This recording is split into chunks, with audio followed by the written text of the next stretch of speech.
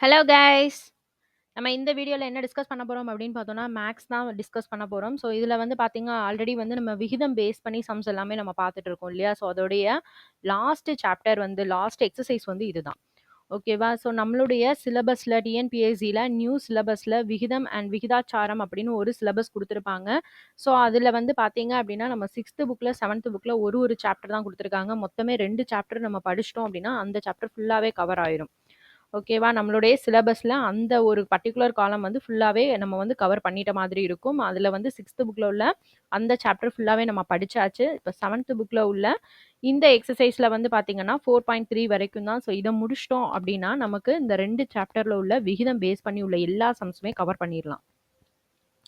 எனக்கு தெரியல, நான் இன்னும் பார்க்கல அப்படின்றவங்க நம்மளோட பிளேலிஸ்ட்ல இருக்கு. போய் செக் பண்ணி பாருங்க. ஸோ அத படிக்கல அப்படின்றவங்க படிச்சுக்கோங்க. ரொம்ப ரொம்ப ரொம்ப ஈஸியான சாப்டரு. ஸோ இதுலருந்து கண்டிப்பா கொஸ்டின்ஸ் ஒரு 2 கொஸ்டின்ஸ்னாலும் கேட்குறாங்க.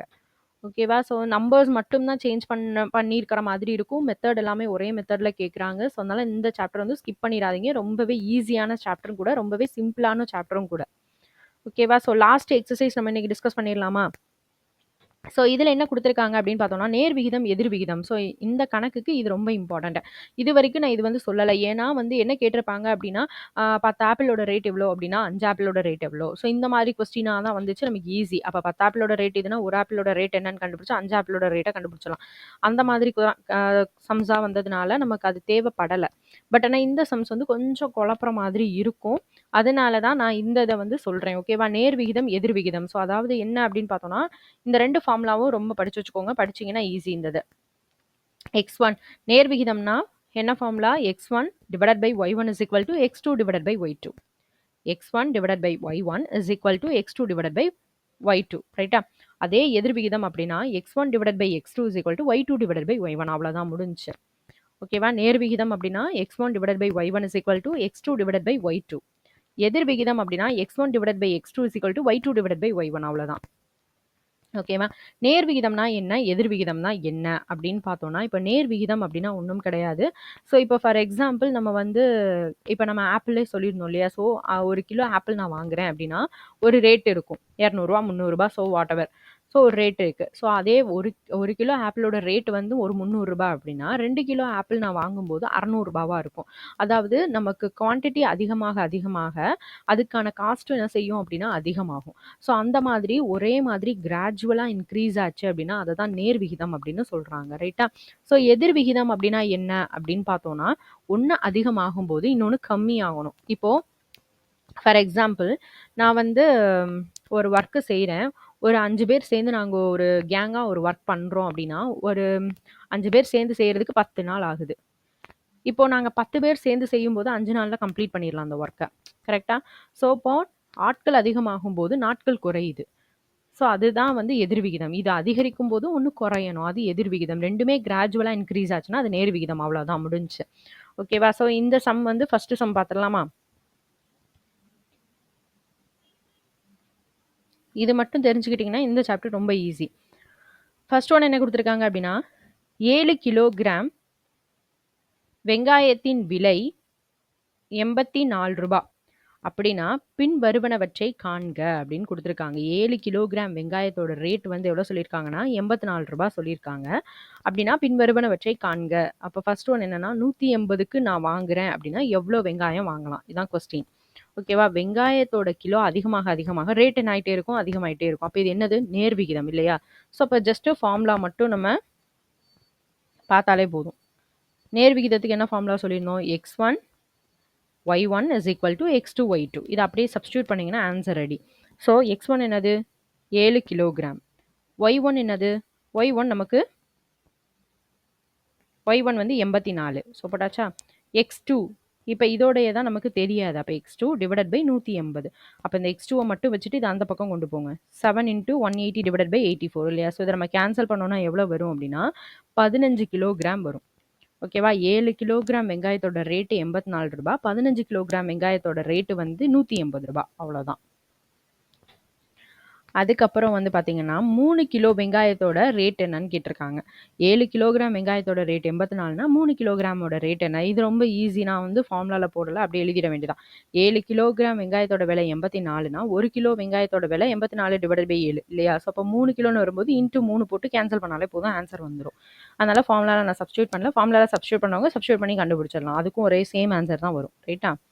So next question. அடுத்த கொஸ்டின் என்ன கொடுத்துருக்காங்க அப்படின்னா சி ஈக்குவல் டு கேடி அப்படின்னு கொடுத்துட்டாங்க. அப்போ சிக்கும் டிக்கும் என்ன உறவுன்னு கேட்குறாங்க. சி அண்ட் டிக்கு என்ன உறவு? நேர்விகித உறவு. ரைட்டா?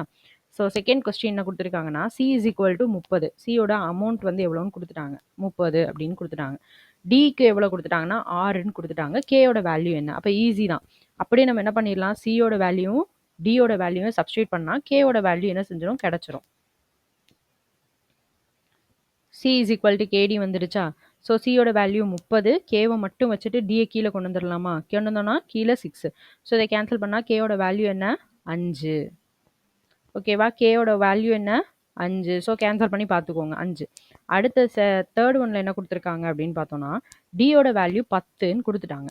அப்போ சியோட வேல்யூ என்னன்னு கேட்குறாங்க. அப்போ டியோட வேல்யூ 10 ப்ளஸ் கேயோட வேல்யூ 5ன்னு நமக்கு தெரியும். அப்போ 5 இன்ட்டு 10 ஈக்குவல் டு எவ்வளவு? 50. ஸோ அதான் சியோட வேல்யூ. ஓகேவா? So next question. இதில் என்ன கொடுத்துருக்காங்க அப்படின்னு பார்த்தோன்னா தமிழ் செல்வன் ரூபாய் 5000ஐ 3 மாதத்திற்கு ஒரு முறை வங்கி கணக்கில் சேமிச்சுட்டு வராரு. 3 மாதத்துக்கு ஒருக்க 5000 ரூபாய் என்ன பண்ணிகிட்டே இருக்காருன்னா போட்டுகிட்டே இருக்காரு. அவர் 1,50,000 ரூபா சேமிக்கணும்னா எத்தனை மாதம் அவர் வந்து பண்ணணும்? எத்தனை மாதம்? ஓகேவா? 3 மாதத்துக்கு 5000 ரூபானா எத்தனை மாதம், எத்தனை மாதத்துக்கு எத்தனை மாதம் சேர்ந்தா அவருக்கு எவ்வளோ வரணும்? 1,50,000 ரூபா வரும் அப்படின்றதான் கொஸ்டின் நமக்கு. அப்போ பார்த்துடலாமா? ஸோ நமக்கு மாதம் அதிகமாக அதிகமாக அமௌண்ட்டும் அதிகமாயிட்டே இருக்கும். அப்போ இது நேர்விகிதம் தான். அப்போ அப்படியே ஃபார்முலா என்ன? x1 y1 is equal to x2 y2. அப்போ x1ஓட வேல்யூ என்னது? ஃபார் எக்ஸாம்பிள் 3ன்னு வச்சுக்கோ. 3 y1னா 5000. அப்புறம் x2 நமக்கு தெரியாது இல்லையா? ஸோ அப்போ x2 டிவைடட் பை 1,50,000 போட்டுற வேண்டியதான். எக்ஸை மட்டும் வச்சுட்டு இதை அப்படியே அந்த பக்கம் கொண்டு போனோம்னா 3 இன்ட்டு 1,50,000 டிவைடட் பை 5000 வந்துடும். ஸோ இதை நம்ம அப்படியே கேன்சல் பண்ணோம் அப்படின்னா எவ்வளோ கிடைக்கும்?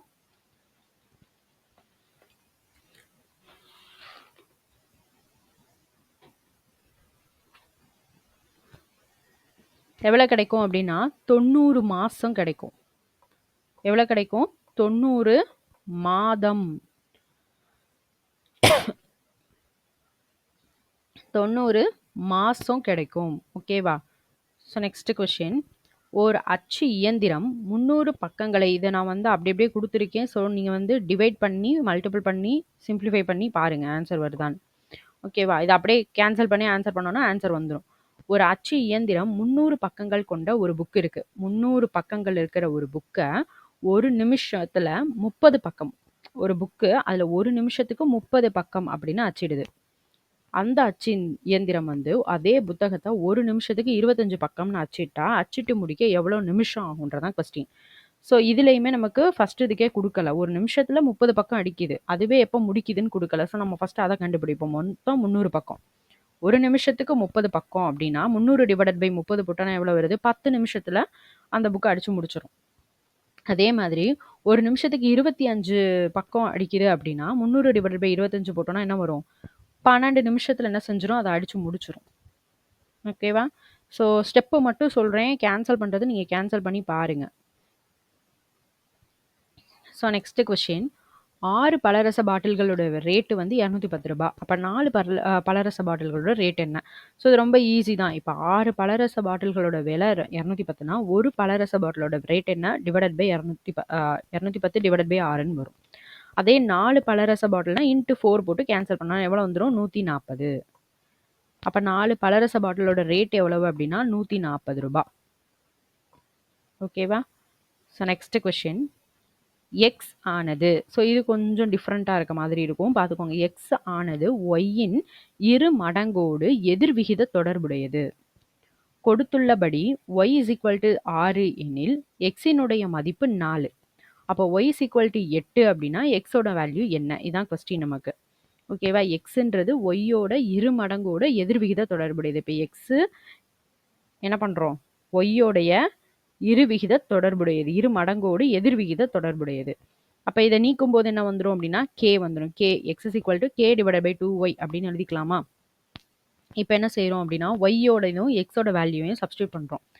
இப்போ ஃபஸ்ட்டு எக்ஸுக்கு என்னது 4. அப்போ 4 is equal to K into ஒய்க்கு 6 கொடுத்துருக்காங்க, 2 இன்ட்டு ஒய் இல்லையா?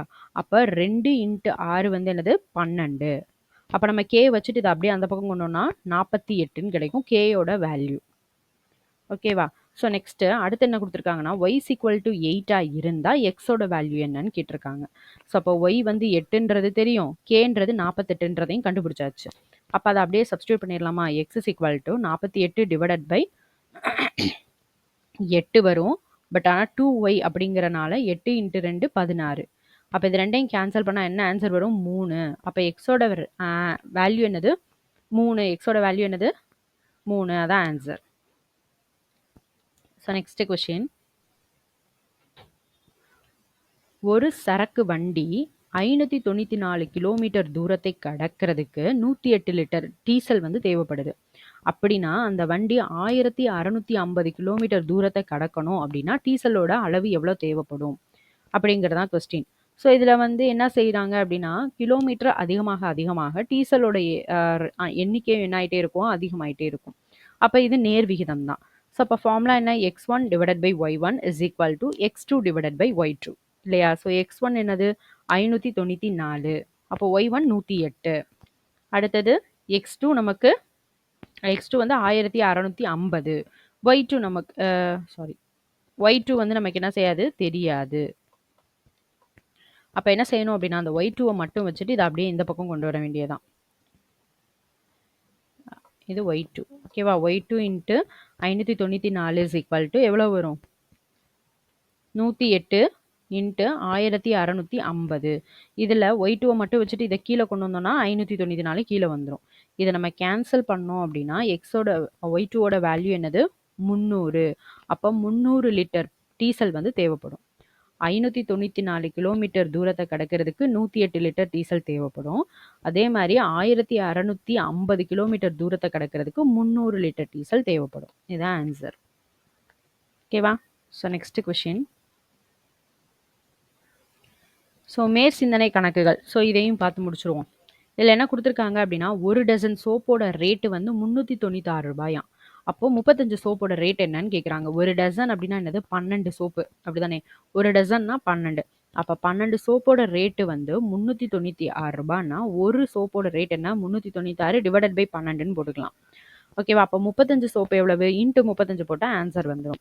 ஸோ இது வந்து எனக்கு ஈஸியாக இருக்கனால இந்த மெத்தட்லேயே நான் உங்களுக்கு சொல்கிறேன். ஸோ உங்களுக்கு அது வந்து டஃப்பாக இருக்குது அப்படின்னா நீங்கள் ஃபார்முலாலையும் சப்ஸ்டியூட் பண்ணிக்கலாம். x1 y1 ஃபார்முலா இருக்கு இல்லையா? நான் நேர்விகிதம் எதிர்விகிதம். ஸோ அந்த ஃபார்முலாவில் சப்ஸ்டியூட் பண்ணாலும் போதும். பட் ஆனால் இது வந்து ரொம்ப ஈஸி. ஓகேவா? 12 சோப்போட ரேட் இவ்வளவு அப்படின்னா ஒரு சோப்போட ரேட் என்ன? அப்போ 35 சோப்போட ரேட் என்ன? ஈஸியாக கண்டுபிடிச்சிடலாம். ஓகேவா? ஸோ நெக்ஸ்ட்டு அடுத்தது என்ன கொடுத்துருக்காங்க அப்படின்னு பார்த்தோம்னா ஒரு பள்ளியில் 45 நிமிடங்கள் கொண்ட 7 பாட வேலைகள் இருக்கு. அந்த பள்ளியில பாட வேலை 9 மாறும்போது பாட வேலையோட கால அளவு என்ன இருக்கும்? அதாவது ஒவ்வொரு கிளாஸுக்குமே எவ்வளோ நேரம் அப்படின்னா 45 நிமிஷம். அப்படி 7 கிளாஸ் இருக்கு. ஓகேவா? 7 பாட வேலைகள் இருக்கு. அது 9 கன்வெர்ட் ஆகுது. கன்வெர்ட் ஆகும்போது நமக்கு என்ன செய்யும் அப்படின்னா எத்தனை நிமிஷம் வந்து என்ன செய்யும்? குறையும். குறைஞ்சாதான் 9 வைக்க முடியும். அப்போ என்ன ஆகும் அப்படின்னா என்ன ஃபார்முலா போடுவோம்? x1 divided by x2 is equal to y2 divided by y1 இல்லையா? ஸோ அதே ஃபார்மெட்டில் நம்ம அப்படியே சப்ஸ்டியூட் பண்ணால் போதும். அந்த ஃபார்முலா போடுங்க. அப்போ என்ன வரும் அப்படின்னா 9 into X is equal to 7 into 45 வரும். இந்த 9 அப்படியே கீழே கொண்டு போனோம்னா இதை கேன்சல் பண்ணோம்னா 35 வரும். அப்போ பாட வேலையுடைய அளவு எவ்வளோ வரணும்? 35. அடுத்தது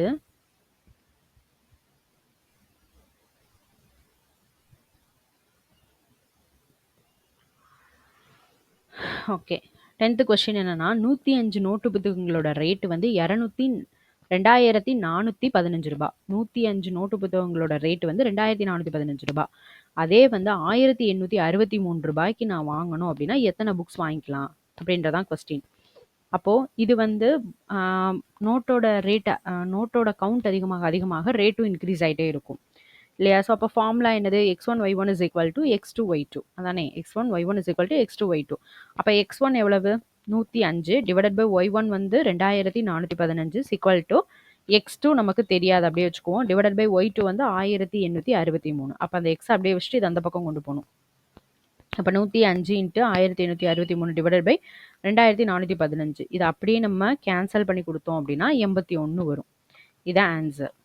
ஓகேவா? 105 நோட்டு புத்தகங்கள் 2415 ரூபா. அதே மாதிரி 81 நோட்டு புத்தகம் வந்து 1863 ரூபா. ஓகேவா? So next question. 10 விவசாயிகள் 21 நாட்களில் நிலத்தை உழுது முடிக்கிறாங்க. அதே எனில் அதே நிலத்தை 14 விவசாயிகள் எத்தனை நாள்ல உழுது முடிப்பாங்க? இதான் கொஸ்டின் நமக்கு. இப்போ 10 பேர் சேர்ந்தாங்க அப்படின்னா 21 நாள் ஆகுது. 14 பேர் எக்ஸ்ட்ரா சேரும்போது நாள் குறைஞ்சிரும். அப்போ இது என்னது? எதிர் விகிதத்தில் இருக்குது, அப்படிதானே? அப்போ x1 divided by x2 is equal to y2 divided by y1. இதான் ஃபார்முலா. அப்போ x1 என்னது? 10 டிவைடட் பை x2 எவ்வளவு? 14 ஈக்குவல் டு y2 எவ்வளவு? y2 நமக்கு கேட்டிருக்காங்க கொஸ்டின்ல. ஸோ y2 அப்படியே வச்சுக்கணும். y1 எவ்வளவு? 21 நாள். ஸோ y2 அப்படியே வச்சுட்டு இது அந்த பக்கம் கொண்டு வரணும். 10 into 21 divided by 14. 10 into 21 divided by 14. இதை கேன்சல் பண்ணால் எவ்வளோ வரும்? 15 நாள் வரும். 14 பேர் சேர்ந்து செஞ்சாங்கன்னா 15 நாளில் முடிச்சிருவாங்க. ஓகேவா? புக்கில் வந்து 6 நாள் அப்படின்னு தான் கொடுத்துருப்பாங்க. ஆனால் நமக்கு கரெக்டாக வர்றது வந்து 15 நாள் வரும். ஓகேவா? கரெக்டாக போட்டோன்னா 15 நாள் தான் வரும். ஆனால் புக்கில் வந்து 6 நாள் தான் கொடுத்துருக்காங்க. அது தப்பு, ரைட்டா? ஸோ 10 விவசாயிகள் 21 நாளில் முழுது முடிக்கிறாங்கன்னா அதே நிலத்தை 14 விவசாயிகள் சேர்ந்து எத்தனை நாளில் முடிப்பாங்க? அந்த ஃபார்முலா அப்படியே சப்ஸ்டியூட் பண்ணிங்கன்னா 15 நாளில் உழுது முடிப்பாங்க. ஓகேவா? So next question. ஒரு வெள்ள நிவாரண முகாமில் 80 நபர்களுக்கு தேவையான உணவு 60 நாளைக்கு. ஸோ இந்த லாஸ்ட் 2 கொஸ்டின் கொஞ்சம் நல்லா கவனிச்சுக்கோங்க. கொஞ்சம் குழப்புது, ரொம்ப குழப்புற மாதிரி தான் இருக்குது. ஓகேவா? ஒரு வெள்ள நிவாரண முகாமில் 80 நபர்களுக்கு தேவையான உணவு 60 நாட்களுக்கு போதுமானதாக இருக்குது. 10 நாட்களுக்கு பிறகு 20 நபர்கள் அந்த முகாமில் வந்து சேர்றாங்க. அப்போது அந்த உணவு எத்தனை நாளைக்கு போதுமானதாக இருக்கும்? எத்தனை நாள் பற்றாக்குறையாக இருக்கும்? ஸோ இதான் கொஸ்டின் நமக்கு. இப்போ ஒரு வெள்ள நிவாரண முகாமில் இப்போ 80 பேருக்கு எவ்வளோ இருக்குது? 60 இருக்குது, அப்படிதானே? 80 பேருக்கு 60 நாளைக்கு தேவையான உணவு இருக்குது. அதுக்கடுத்து 10 நாளைக்கு அப்புறம், அதாவது 10 நாள் கழிஞ்சதுக்கு அப்புறம், அப்போ 60 நாள்லேருந்து 10 நாள் போச்சுன்னா எவ்வளோ? 50 நாள் இருக்கிற டைமில் யார் வந்து சேர்றா? இன்னும் 20 பேர் வந்து சேர்றாங்க. அப்போ 50 நாட்களுக்கு தேவையான உணவு இருக்கிற அந்த நேரத்தில் இன்னும் ஒரு 20 பேர் சேரும்போது 100 பேர் ஆகுது. அப்போ அவங்களுக்கு எவ்வளோ உணவு தேவைப்படும்? அப்போது 80 பேருக்கு எத்தனை நாளைக்கு தேவையான இருக்குது? 50 நாளைக்கு தேவையான உணவு தான் இருக்குது. ஈக்குவல் டு இன்னும் 20 பேர் வந்து சேரும்போது 100 பேர் ஆயிடுது. 100 பேருக்கு எத்தனை நாளைக்கு உணவு போதுமானதாக இருக்கும்? எக்ஸ்ன்றதான் கண்டுபிடிக்கணும். இப்போ எக்ஸ் அப்படியே வச்சுட்டு இதை அப்படியே கீழே கொண்டு போனால் 100. இதை நம்ம கேன்சல் பண்ணோம்னா எவ்வளோ வந்துடுது? 40 நாள் வருது. ஓகேவா? ஸோ எத்தனை நாளைக்கு போதுமானதாக இருக்கும்னா 40 நாளைக்கு தான் போதுமானதாக இருக்கும். ஓகேவா? இதில் வந்து 80 பேருக்கு 50 நாளைக்கு தேவையான உணவு இருக்கிற டைமில் இன்னும் ஒரு 20 பேர் சேர்ந்து வந்தும்போது நமக்கு எவ்வளோ தேவையான உணவு வந்து எத்தனை நாட்களுக்கு பத்தும்னா 40 நாளைக்கு தான் பத்தும். பற்றாக்குறை அப்போ எத்தனை நாள் இருக்கும் அப்படின்னா 50லேருந்து 40 மைனஸ் பண்ணால் 10 நாள் பற்றாக்குறை இருக்கும். 10 நாள் பற்றாக்குறை நாட்களை தான் புக்கில் கொடுத்துருக்காங்க. ஓகேவா? நாட்கள் பற்றாக்குறையாக இருக்கும் அப்படின்றதான் புக்கில் கொடுத்துருக்காங்க. ஓகேவா? ஸோ நெக்ஸ்ட்டு 6 நபர்கள். அடுத்த கொஸ்டின் இது சேம் ஃபார்மெட்டில் தான் இருக்கும். 6 நபர்கள் ஒரு வேலையை 12 நாளில் செஞ்சிடுறாங்க. 2 நாளைக்கு அப்புறம் மறுபடியும் ஒரு 6 பேர் வந்து சேர்றாங்க. அப்போ அதை செய்கிறதுக்கு எத்தனை நாள் ஆகும்? இப்போ 12 நாள் வந்து முடிக்கிறதுக்கு 6 நபர்கள் சேர்ந்து பண்ணிட்டு இருக்காங்க. பண்ணால் 6 நாள் 12 நாளில் முடிச்சிருவாங்க. அப்போ 2 நாள் கழிச்சு அப்போ 12 நாள் இருக்கும் 10 நாள் இருக்கும்போது அடுத்த ஒரு 6 பேர் வராங்க. அப்போ 10 நாள் இருக்கும்போது இன்னொரு 6 பேர் சேரும்போது எத்தனை பேர் ஆயிடுவாங்க? 12 பேர் ஆயிடுவாங்க. அப்போது எத்தனை நாள் வந்து எடுத்துக்குவாங்க அப்படின்றதான் கொஸ்டின். இப்போ 6 பேர் சேர்ந்து எத்தனை நாளில்? 10 நாள் இருக்கும்போது தான் இன்னொருத்தவங்க சேர்றாங்க. அப்போ இந்த 2 நாள் கேல்குலேட் பண்ணக்கூடாது. அப்போ 10 ஈக்குவல் டு என்ன வரும் அப்படின்னா 12 பேர் சேரும்போது எத்தனை நாள் ஆகும்? Into X. அப்போ எக்ஸ் அப்படியே வச்சுட்டு இதை கீழே கொண்டு போவோம். இதை கேன்சல் பண்ணால் என்ன வரும்? அந்த வேலையை செய்கிறதுக்கு எத்தனை நாள் எடுத்துக்குவாங்க? 5 நாள் போதும் உங்களுக்கு. ஓகேவா? இந்த மாதிரி 2 நாள் கழித்து, அதே மாதிரி இந்த இதில் என்ன பார்த்தோம்? 10 நாட்களுக்கு பிறகு. அப்ப நம்ம கவுண்ட் வந்து அந்த 10 மைனஸ் பண்ணிட்டு அதிலிருந்து தான் கால்குலேட் பண்ண ஸ்டார்ட் பண்ணணும். ஏன்னா 10 நாளைக்கு அப்புறம் தான் வராங்க. அவங்கள்லேருந்து தான் நம்ம கால்குலேஷன ஸ்டார்ட் பண்ணணும். ஓகேவா? நம்ம ஃபர்ஸ்ட்டு 60லிருந்தே கால்குலேஷன் போடக்கூடாது. ஏன்னா அவங்க 10 நாள் கழிஞ்சு தான் வராங்க. அதே மாதிரி தான் இங்கேயும் 12 நாள் வச்சு கால்குலேஷன் போடக்கூடாது. ஏன்னா 2 நாள் கழிச்சதுக்கு அப்புறம் தான் வந்து ஜாயின் பண்றாங்க. அவங்கள்லேருந்து தான் கால்குலேஷன் நம்ம போடணும். அப்ப 10 நாள் இருக்கிறப்போ 10 நாள்ல இருந்தா கால்குலேஷன் போடணும். ஓகேவா? இந்த மாதிரி கொஸ்டின்ஸ் வந்து பார்த்துக்கோங்க. குழப்புற மாதிரி இருக்கும். இந்த லாஸ்ட் 2 கொஸ்டின் கொஞ்சம் குழப்புற மாதிரி இருக்கும். நல்லா பார்த்துக்கோங்க. மத்தெல்லாம் அப்படி அப்படியே ஃபார்முலா போட்டா ஆன்சர் ரெடி ஆயிருக்கும். ஓகேவா? இதோட விகிதம் அண்ட் விகிதாச்சாரம் பேஸ் பண்ணி உள்ள சம்ஸ் எல்லாமே நம்ம முடிச்சிட்டோம். அதாவது நம்ம சிலபஸ்ல ஒரு சாப்டர் ஃபுல்லாவே கம்ப்ளீட்டா முடிஞ்சு. ஸோ அடுத்த சாப்டருக்குள்ள போவோம். அடுத்ததுல எது வந்து சின்ன டாபிக்கா இருக்கோ நம்ம அதை கவர் பண்ணலாம். ஏன்னா ஒரு சின்ன டாபிக் நம்ம கவர் பண்ணாலே அதுலேருந்து ஒரு 2லேருந்து 3 கொஸ்டின் கேட்குறாங்க. ஓகேவா? ஸோ நம்ம வந்து ஆல்ரெடி வந்து ப்ரீவியஸ் இயர் கொஸ்டினும் படிச்சுட்ருக்கோம். எனக்கு மேக்ஸே வராது அப்படின்றவங்க நம்ம போடுறத ஃபாலோ பண்ணிக்கோங்க. ப்ரீவியஸ் இயர் கொஸ்டின் நம்ம பார்த்துட்டு தான் இருக்கோம். அது ஒரு சைடில் போயிட்டுருக்கு. ப்ளஸ் சின்ன சின்ன டாபிக்ஸ் கவர் பண்ணிகிட்டே வரும். இந்த சின்ன சின்ன டாபிக்ஸ்ன்ற வரும்போது ஈஸியான டாபிக் 6ஆப்பில் உள்ளது 7ஆப்பில் உள்ளது அதெல்லாம் ரொம்ப ஈஸியாக இருக்கும். 10th புக்கு தான் ரொம்ப பெருசாக இருக்கும். 6th 7th எல்லாமே ரொம்ப சிம்பிள் மேக்ஸாக தான் இருக்கும். ஸோ அதை தான் வந்து நம்ம டிஸ்கஸ் பண்ணிட்டு இருக்கோம். அதனால் அதை வந்து ஃபாலோ பண்ணிக்கோங்க. ஏன்னா இப்போ இதிலிருந்து ஒரு 2 கொஸ்டின் கேட்டாங்க அப்படின்னாலுமே நமக்கு ஈஸியாக நம்ம அட்டன் பண்ணிடலாம். ஓகேவா? அதே மாதிரி ப்ரீவியஸ் இயர் கொஸ்டின் பண்ணிட்டு இருக்கிறதுனால நம்ம அதிலிருந்தும் நிறைய கொஸ்டின்ஸ் ரிப்பீட்டட் கொஸ்டின் தான். அதனால ப்ரீவியஸ் இயர் கொஸ்டினும் நம்ம போடுற சிம்பிள் கொஸ்டினும் மேக்ஸை பொறுத்த வரைக்கும் பார்த்துக்கோங்க. ஏன்னா மேக்ஸ் வராது அப்படின்றவங்க ஈஸியாக ஸ்கோர் பண்ணுற மாதிரி நான் போட்டுட்ருக்கோம். ஓகேவா? ஸோ அடுத்த வீடியோவில் அடுத்து என்ன சின்ன டாபிக் இருக்கோ அந்த டாபிக் நம்ம சிலபஸில் நம்மளுடைய டிஎன்பிஎஸ்சி அனௌன்ஸ் பண்ண அந்த சிலபஸில் எது அடுத்த சின்ன டாப்பிக்கோ அதை வந்து நம்ம நெக்ஸ்ட் வீடியோவில் டிஸ்கஸ் பண்ணலாம். ஓகேவா? இது வரைக்கும் பார்க்காதவங்க பிளேலிஸ்ட்டில் போய் பாருங்கள். ஓகேவா? தேங்க்யூ.